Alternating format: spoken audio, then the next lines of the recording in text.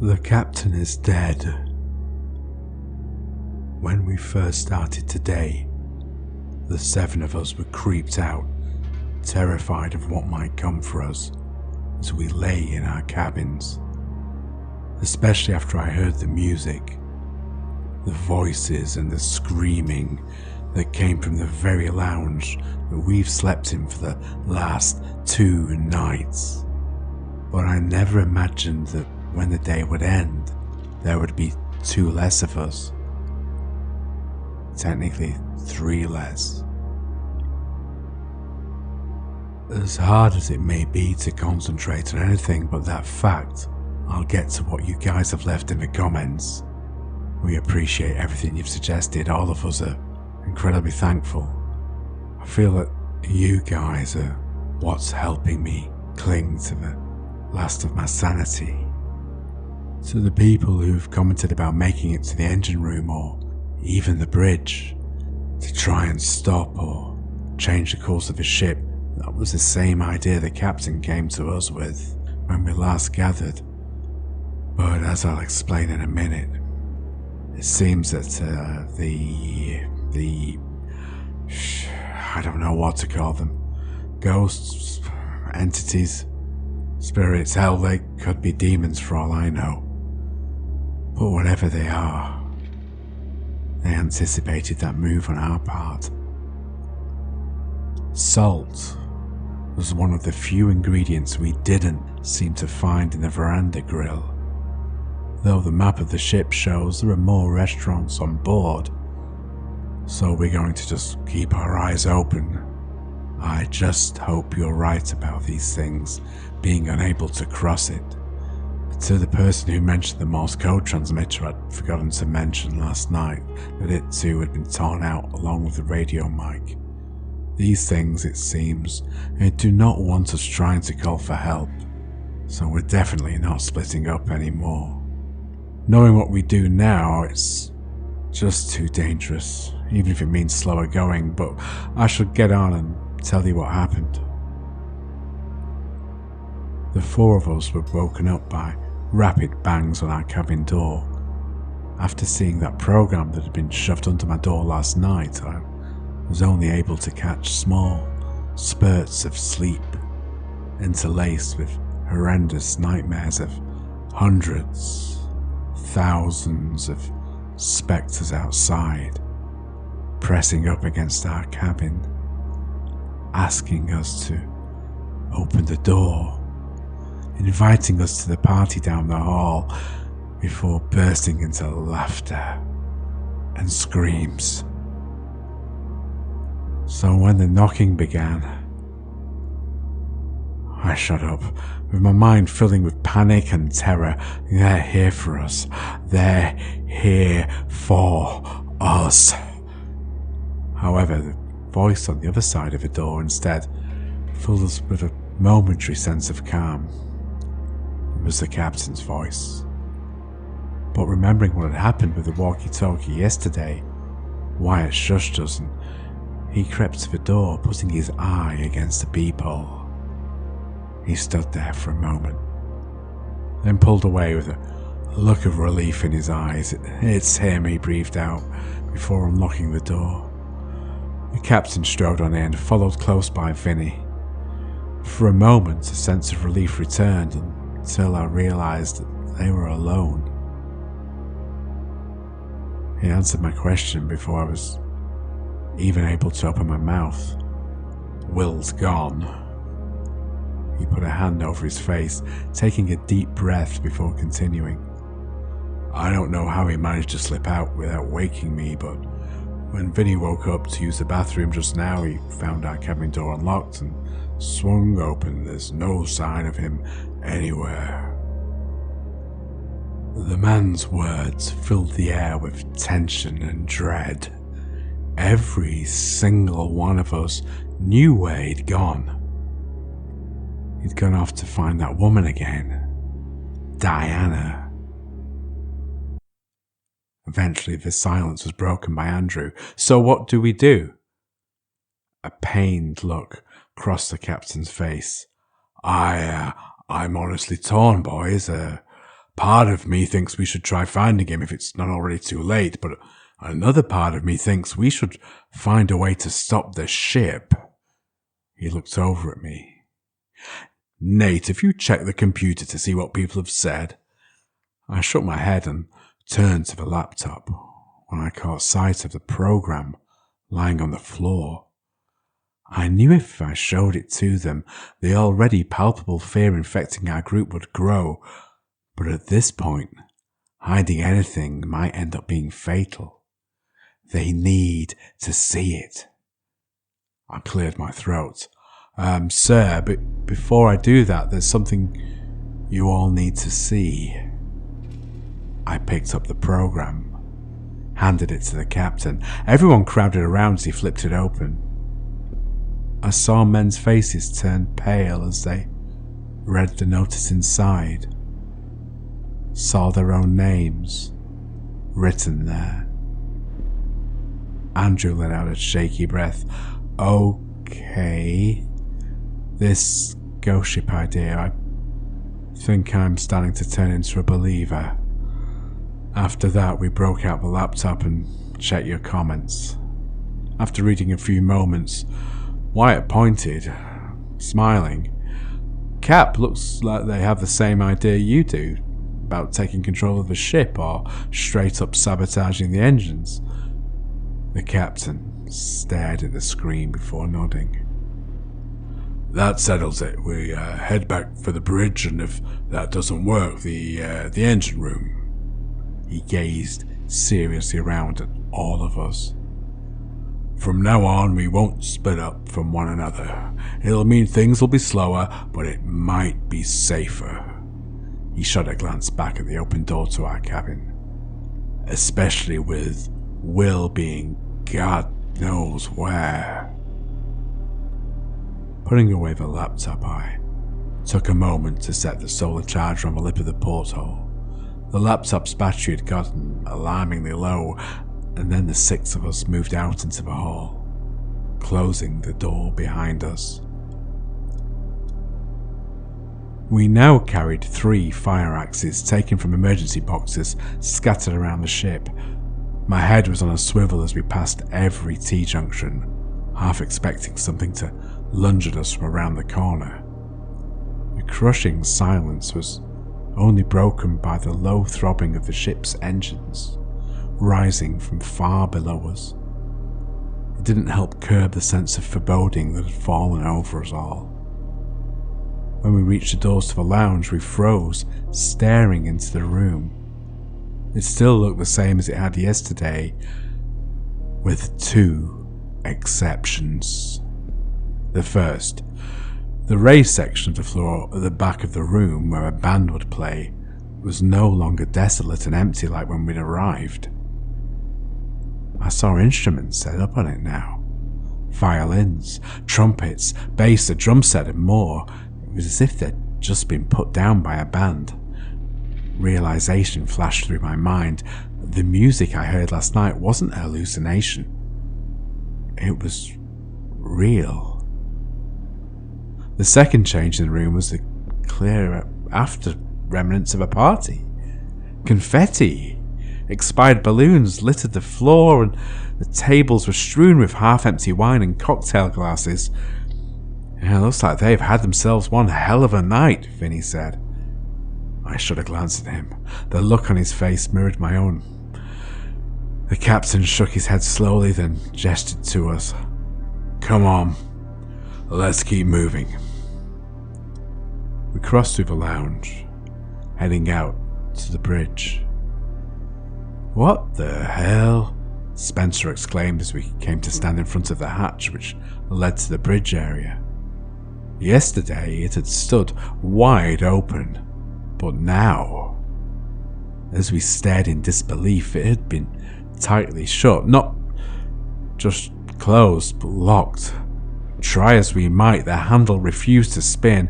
You've got to be fucking kidding me, Andrew muttered as the captain began patting at his pockets, his eyes wide as he realized something. The keys are gone. He said it before shaking his head. Will must have lifted them from me before he snuck out. The realization that we were blocked from reaching the helm caused all of our hearts to sink as one.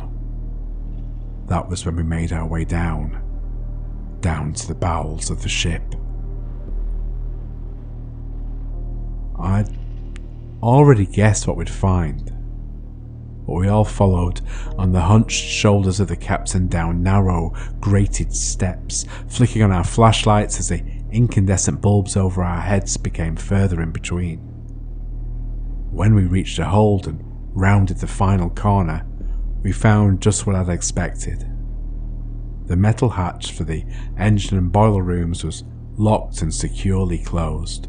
Wyatt burst into a sprint, pushing past the captain frantically, almost hysterically. He began yanking on the handle as if he hoped to wrench it open by sheer will, but it remained steadfast.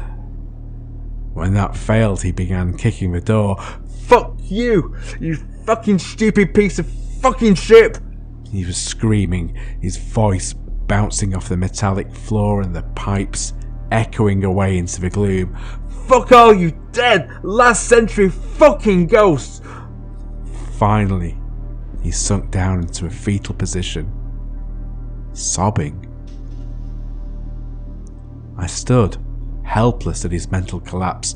Andrew, the Captain Spencer, moved in to comfort him, left me and Vinny in the hallway. I shot a look to my left, seeing another closed and likely locked hatch.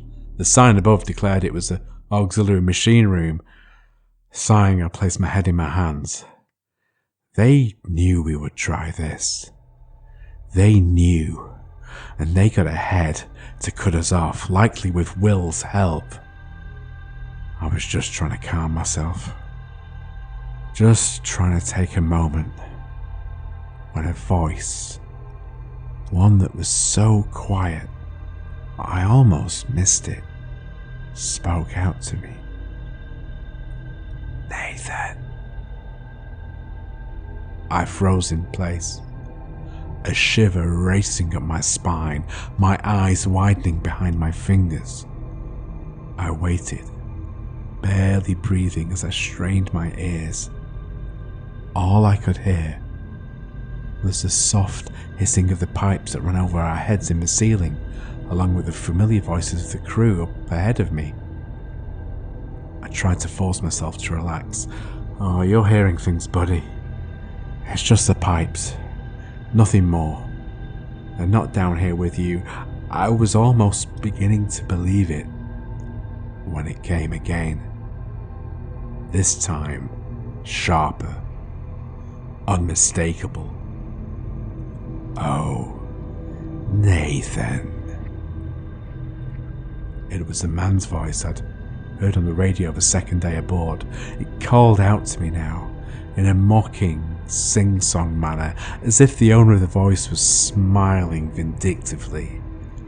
I slowly stood up, pulling my hands away from my eyes as my breath became ragged and shallow, and then, just when I thought it was impossible to feel any more terrified, that feeling of being watched came again. Now, from my right, another chill shot through me. I realized where I was standing. I was standing almost directly in the middle of a T-junction. Oh, shit. Swallowing hard, I turned, aiming my flashlight with a shaking hand down the hallway. The shadowy figures were back. They stood at the end of the hall, underneath a sign labelled water softener and air conditioning. I couldn't tell how many there were, but they were packed in from the hall from one side to the other, standing at the very edge of my flashlight's beam.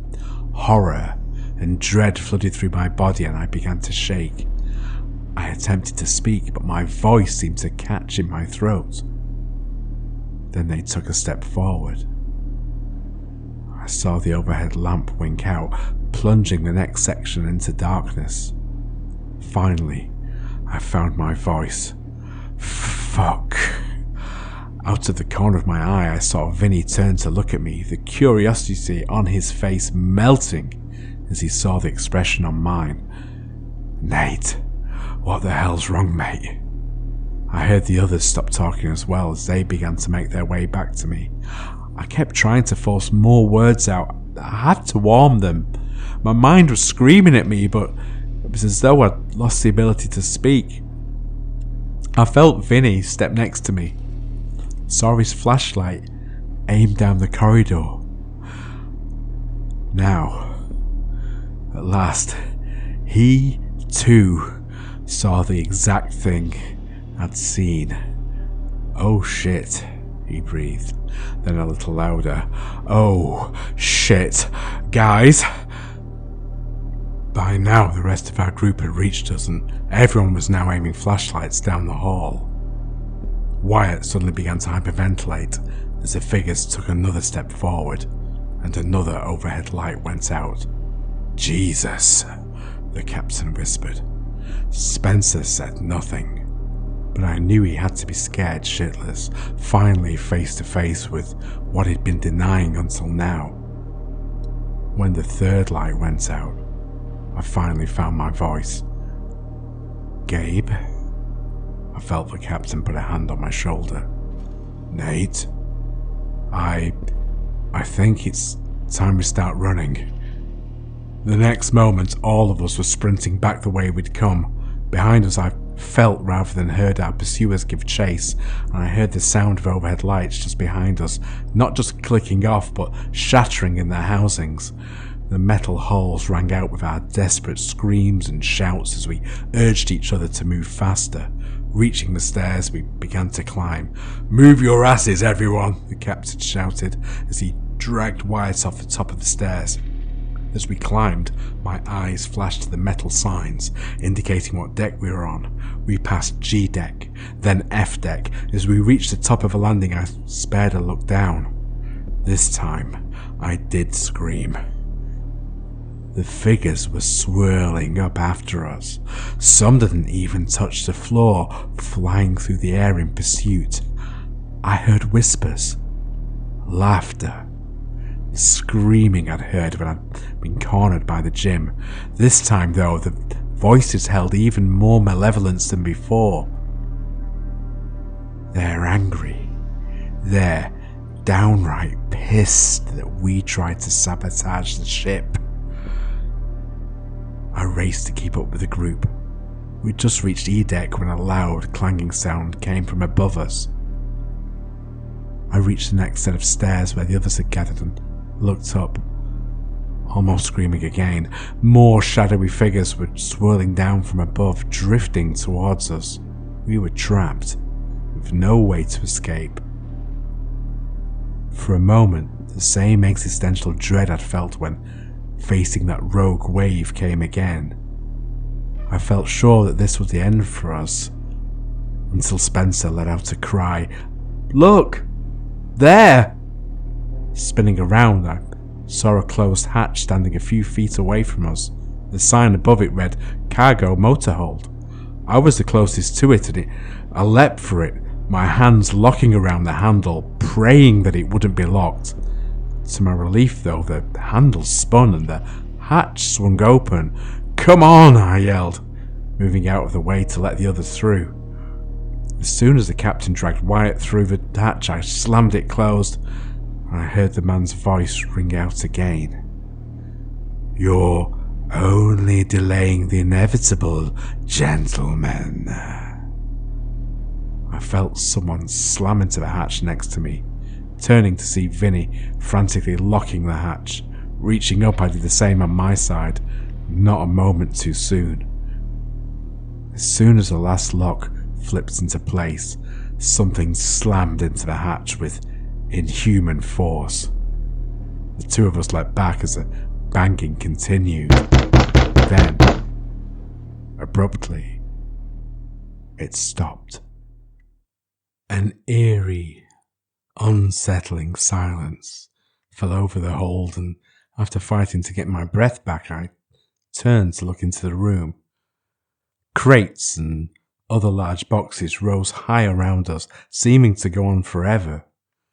Directly ahead, my light glinted off something powder blue. Focusing my light, I saw it I'd found looked like an old 50s Cadillac, a convertible. The top was down and I could make out the matching blue leather. Interior was even accented with white stitching. For a moment, everyone fought to find their breath. Then the captain spoke. "Okay, boys. We need to find a way out of this hold. We need to get back to the upper decks. Find another exit. There has to be one."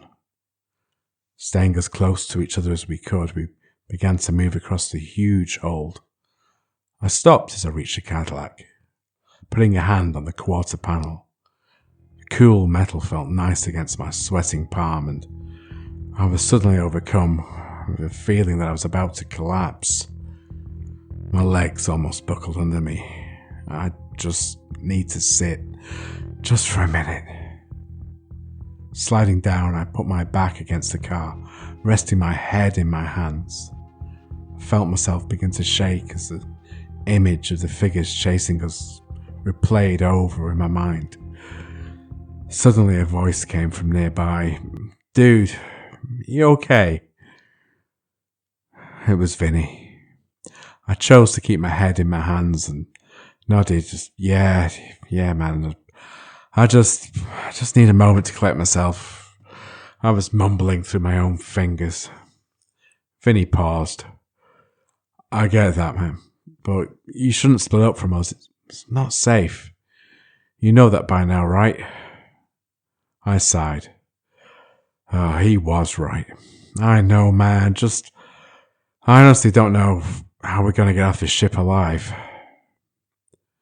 Speaking that truth, it gave me a sense of relief, like a massive weight had just been lifted off my shoulders. I felt the car rock slightly, indicating he'd lean against it too. He let out a deep breath. Honestly, Nate, I've had the same thoughts. For a moment, the man's words comforted me, knowing somebody else felt the same as I did. But then, he continued. "I mean, come on, Nate. Maybe it won't be so bad." Confusion washed over me. "What?" Vinny's voice came again. "I mean, come on, eternity on board a classy ocean liner, surrounded by people who just want others to join them. It can't be all that bad, right?